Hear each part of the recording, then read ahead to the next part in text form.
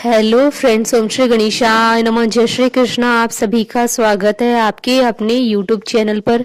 Friends, आज हम आपको इस वीडियो में बताने जा रहे हैं माघ मास की कृष्ण पक्ष की शर्तला एकादशी का शुभ मुहूर्त, पूजा विधि, महत्व, नियम, व्रत कथा और उपायों के बारे में। फ्रेंड्स, वीडियो शुरू करने से पहले आपसे रिक्वेस्ट है, अगर आप हमारे चैनल पर नए हैं और आपने अभी तक चैनल को सब्सक्राइब नहीं किया है तो प्लीज सब्सक्राइब कीजिएगा चैनल को, साथ ही प्रेस कीजिएगा बेल आइकन को, जिससे नए वीडियो से रिलेटेड नोटिफिकेशन आपको तुरंत प्राप्त हो सके। और वीडियो पसंद आने पर वीडियो को लाइक और शेयर जरूर कीजिएगा ताकि सभी भक्तों को इस वीडियो का लाभ प्राप्त हो सके। और कमेंट बॉक्स में जय श्री कृष्ण जरूर लिखिएगा। हिंदू धर्म में एकादशी का खास महत्व होता है। एकादशी व्रत से मोक्ष की प्राप्ति होती है। एकादशी हर महीने में 2 बार आती है, एक कृष्ण पक्ष में और दूसरी शुक्ल पक्ष में। जो भक्त एकादशी का उपवास करते हैं वह नियमों का कड़ाई से पालन करते हैं तथा अगले दिन सूर्योदय के बाद ही उपवास का समापन करते हैं। एकादशी व्रत के दौरान सभी प्रकार के अनाज का सेवन वर्जित होता है। जो लोग किसी कारणवश एकादशी व्रत नहीं रखते हैं उन्हें एकादशी के दिन भोजन में चावल का प्रयोग नहीं करना चाहिए तथा झूठ व परनिंदा से बचना चाहिए। जो व्यक्ति एकादशी के दिन विष्णु सहस्त्र नाम का पाठ करता है उस पर भगवान विष्णु की विशेष कृपा होती है। माघ मास की कृष्ण पक्ष की एकादशी का काफी महत्व होता है। इसे षटतला एकादशी कहा जाता है। इस दिन भगवान विष्णु की पूजा करने से सभी तरह के कष्टों से मुक्ति मिल जाती है। एकादशी पर भगवान विष्णु की पूजा की जाती है। उन्हें भौतिक सुखों का कारक माना जाता है। जो लोग माघ मास की एकादशी का व्रत रखते हैं उन्हें सभी तरह के सुख प्राप्त होते हैं। षटतला एकादशी के दिन काले तिलों के दान का बड़ा महत्व है। भगवान विष्णु को पंचामृत में तिल मिलाकर स्नान कराया जाता है। इस व्रत को रखने से आरोग्यता प्राप्त होती है। अन्न, तिल आदि दान करने से धन धान्य में वृद्धि होती है। षटतिला एकादशी के दिन तिल का 6 तरह से प्रयोग करने पर पापों का नाश हो जाता है और वैकुंठ धाम की प्राप्ति होती है। षटतिला एकादशी यानी तिलों के 6 प्रकार के प्रयोग से युक्त एकादशी। इस एकादशी के दिन तिलों का उपयोग 6 प्रकार से किया जाता है। तिलों के इस उपयोग को परम फलदायी माना गया है। आस्था है कि षटतिला एकादशी के व्रत से उपासक को वाचिक, मानसिक और शारीरिक पापों से मुक्ति मिलती है। इस दिन तिलों का उपयोग स्नान, उपटन, आहुति, तर्पण, दान और खाने में किया जाता है। फ्रेंड्स, अब आइए जानते हैं साल 2025 की षटतला एकादशी के शुभ मुहूर्त के बारे में। हिंदू पंचांग के अनुसार साल 2025 में षटतला एकादशी का व्रत 25 जनवरी 2025 शनिवार के दिन है।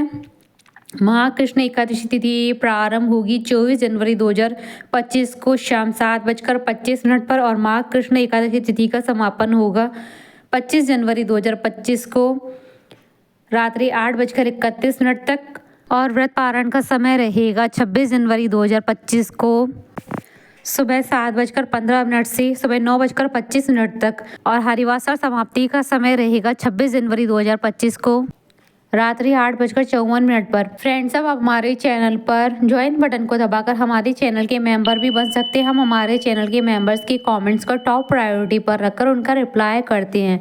फ्रेंड्स, अब आइए जानते हैं षटतला एकादशी की पूजन विधि के बारे में। षटतिला एकादशी व्रत में भगवान विष्णु की पूजा की जाती है। इस दिन तिल का प्रयोग 6 तरीकों से किया जाता है। तिल स्नान, तिल का उपटन, तिल का हवन, तिल का तर्पण, तिल का भोग और तिल का दान। पूजा के लिए इस दिन ब्रह्म मुहूर्त में उठकर स्नान कर ले, उसके बाद भगवान विष्णु की पूजा प्रारंभ करे। पूरे दिन निराहार व्रत करे। फलों का सेवन किया जा सकता है। शाम के समय भगवान विष्णु का पूजन कर उन्हें तिल का भोग लगाएं और षटतिला एकादशी की व्रत कथा जरूर पढ़ें।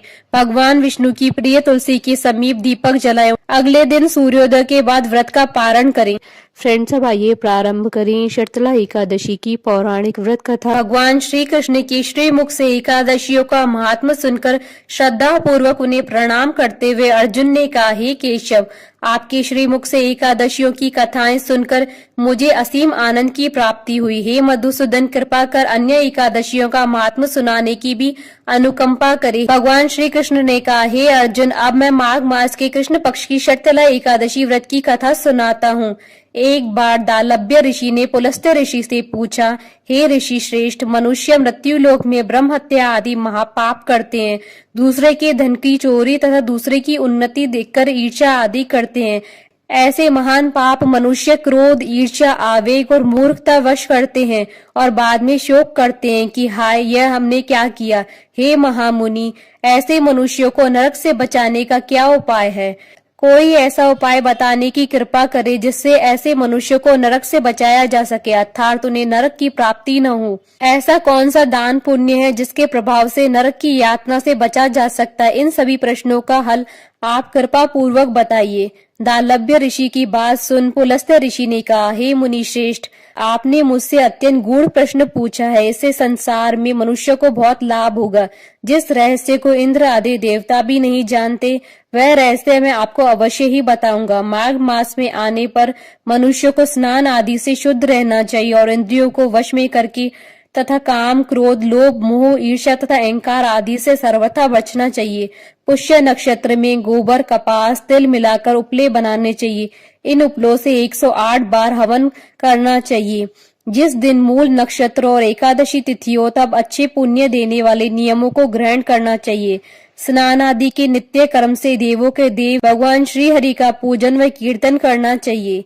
एकादशी के दिन उपवास करे तथा रात को जागरण और हवन करे। उसके दूसरे दिन धूप दीप नैवेद्य से भगवान श्री हरि की पूजा अर्चना करे तथा खिचड़ी का भोग लगाएं।